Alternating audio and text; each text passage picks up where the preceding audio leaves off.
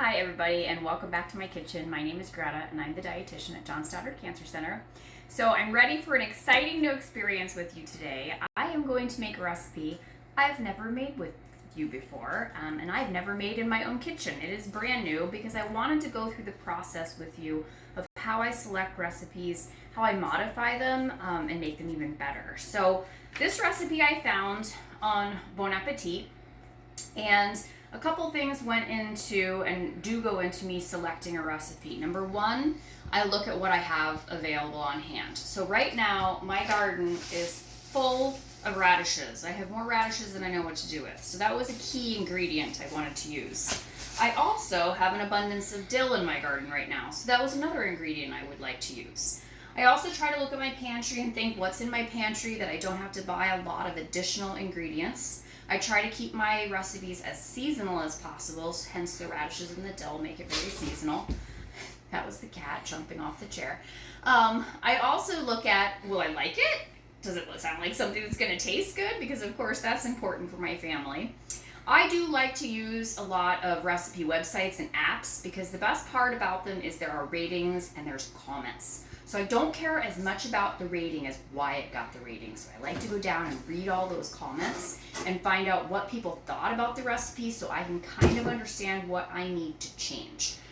So for example, this recipe for the marinade that goes on the salmon, it called for half a cup of Dijon mustard, which sounded to me like way too much mustard. Well, I was reading through the comments and everybody said, yes, that was way too much mustard. So I know that I'm going to change that. I also keep a copy of it right here in front of me so that I can write my changes on there. So when I go back and modify it to share it with you, I remember what I changed. So we're going to start with the veggie part of this. This is going to be a roasted sheet tray recipe that's going to be salmon with roasted potatoes and radishes. So we're going to start with our radishes, and it called for 2 bunches of radishes, which, all right, I get my radishes out of my garden. So I didn't know how many were in a bunch. I apparently can go out to Google and figure that out. So a bunch is anywhere between 8 and 12. So it's kind of a big range. I figured I was going to use about 8 to 10 per bunch, so about 16 to 20. So there's 6 right there. 7, 8, 9, 10, 11, 12, 13, 14, 15, 16, 17, 18, 9, oop, that one's still green, but I'm going to use the ones I've liberated from their greens. 19, 20. Now you'll notice the greens have been removed from these. It's not because I've thrown them away. My chickens love them, so I've already fed them to my chickens. You can eat the radish greens.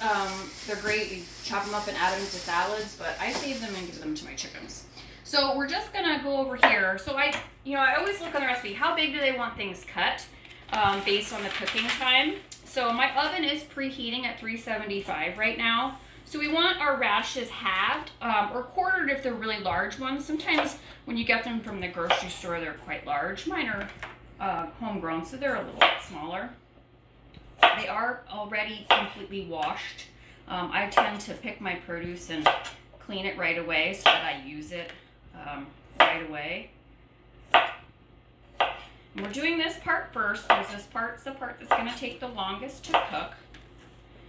We're also going to do about 2 pounds of some kind of small potato.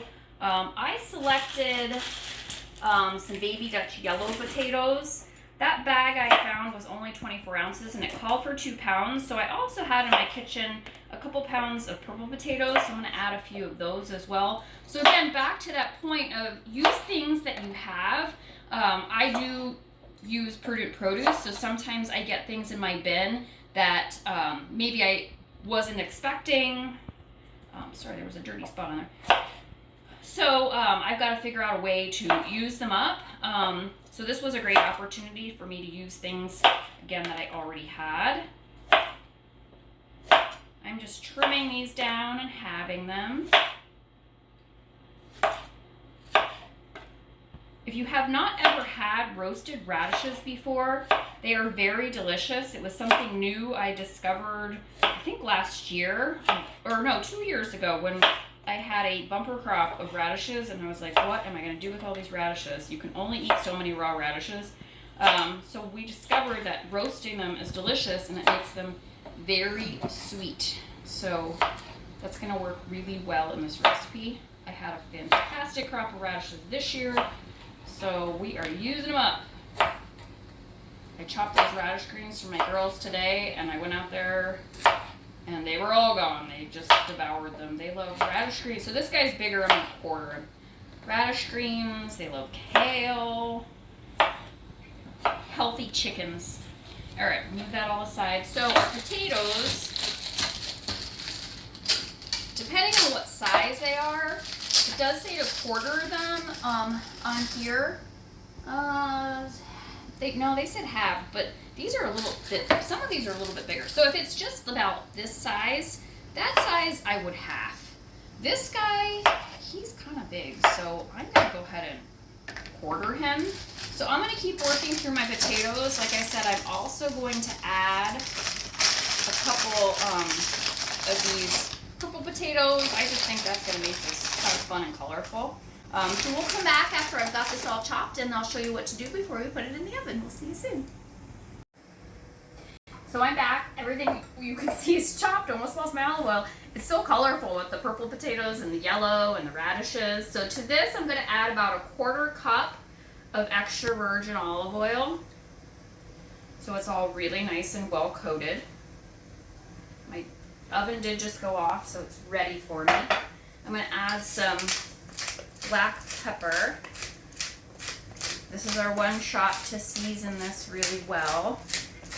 So I'm doing a good amount of black pepper all over.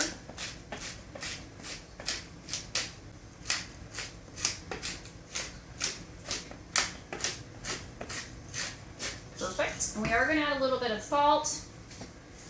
I'm going to do about a teaspoon of salt. I'm not measuring it, but I know about what that looks like.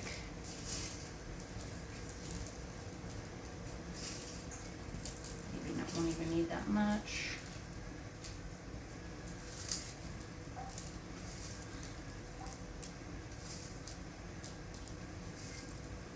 All right, didn't need quite that much. I'm going to give it a good toss so everything is really well coated. Don't mind getting my hands oily, probably good for my skin. All right, so we're gonna throw this into a 375 oven for about 45 to 55 minutes until our veggies are getting tender. We'll come back and I'm gonna show you how to marinate the salmon. We'll see you soon. Okay, I'm back because it's time to marinate our salmon. So this is another change that I'm making from the original recipe. They did not allow for any marinating time, and I feel like a lot of people don't like fish, and in order to really get the fishy taste out, you need to let the salmon sit and absorb up some of these other flavors. So I have a beautiful piece of salmon. The recipe calls for about 1.5 pounds to 2 pounds of salmon, a center cut piece. So when I went to my fish counter, I asked him to please cut me a center cut, and guess what? He did. So that's why you talk to your fish people. We're gonna use our measuring cup here. I'm gonna use the same one I did my olive oil in because why make another dish dirty? So here's another change I'm gonna make. I'm adding the lemon juice directly into the marinade. They did it at kind of at the end. So I am going to go ahead and I'm gonna zest my lemon. I really like adding fresh zest to my marinades. Remember those cancer fighters or those phytochemicals that come from your lemon? They're in the zest. That's where those essential oils are. So you want to use your zest in cooking as much as you can. Again, it's using another component of it. Don't waste. Use it all. And I almost always have lemons in my refrigerator. So I'm adding the zest of 1 lemon. I am then going to cut my lemon in half. And then I'm going to add the juice of the whole lemon. Citrus works really well with fish. It really brightens it up, gives it just this great flavor.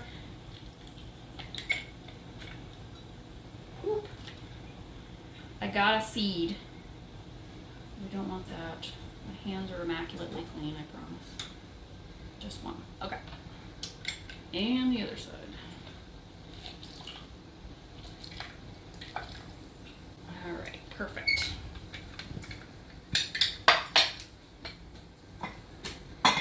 All right, so next we are going to add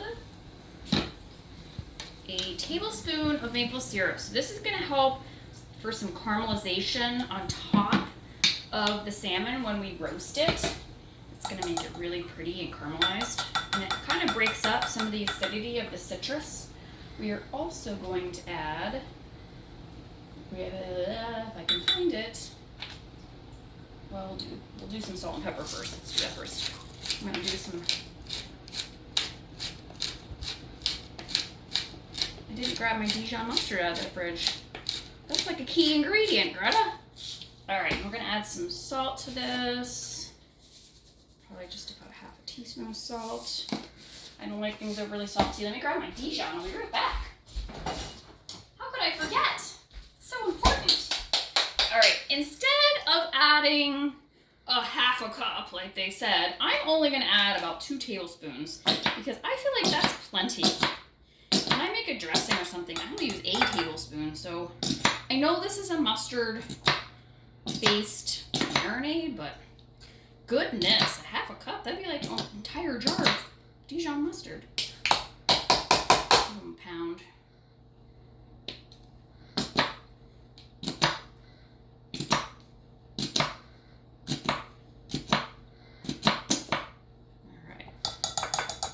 In he goes. And the last thing that we're going to put in this is a teaspoon of garlic powder.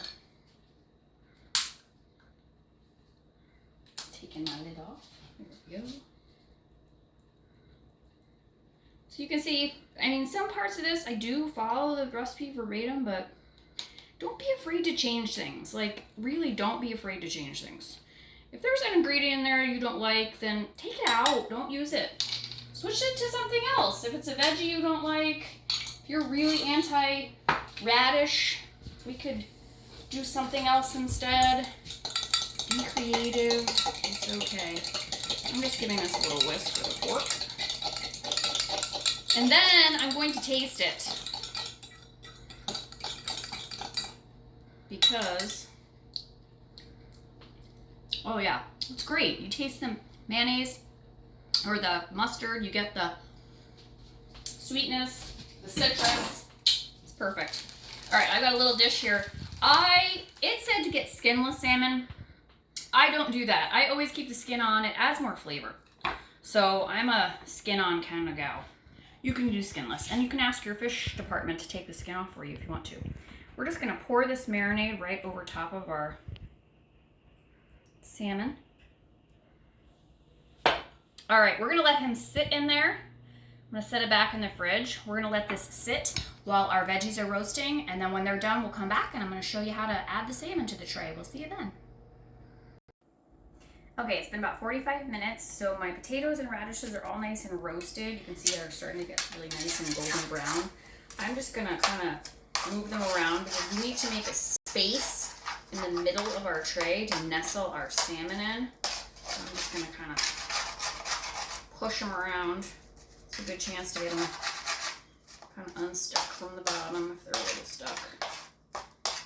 All right, that's about the right size. All right, I get fingers messy now. I'm nestling this up to the side. Take my salmon that's been marinating, and I'm gonna set it right in the middle. Put the rest of that nice marinade over the top. All right, we're gonna put this back in that 375-degree oven for about 15 to 17 minutes, and then we're gonna check it and see what it looks like. I'll see you then. Okay, so this is what it looked like after about 17 minutes. The salmon is cooked, but what we're gonna do is we're gonna quick sneak it under the broiler for just a few minutes so we can caramelize the top of that. Got to turn broil on though first. There we go. Now this step, you have to watch it, because if you don't, you'll go from caramelized to burned very quickly. So this is probably only going to take maybe anywhere from just 3 minutes up to maybe 8 minutes. Just keep an eye on it, so when I'm ready to get it out, I'll show it to you and show you what it looks like. We'll see you then. Alright, I'm back because after just 3 minutes under broil, all that kind of sugar has kind of caramelized on top of my salmon. I am now going to top the whole thing with some fresh chopped dill, which is going to be so delicious with that mustardy, lemony marinade. And just like that, we've got dinner. So thank you for watching this experience with me. I think this looked like a winner. I'll let you know in the comments if it was good or not. And I promise to share the recipe. So thank you for watching and enjoy.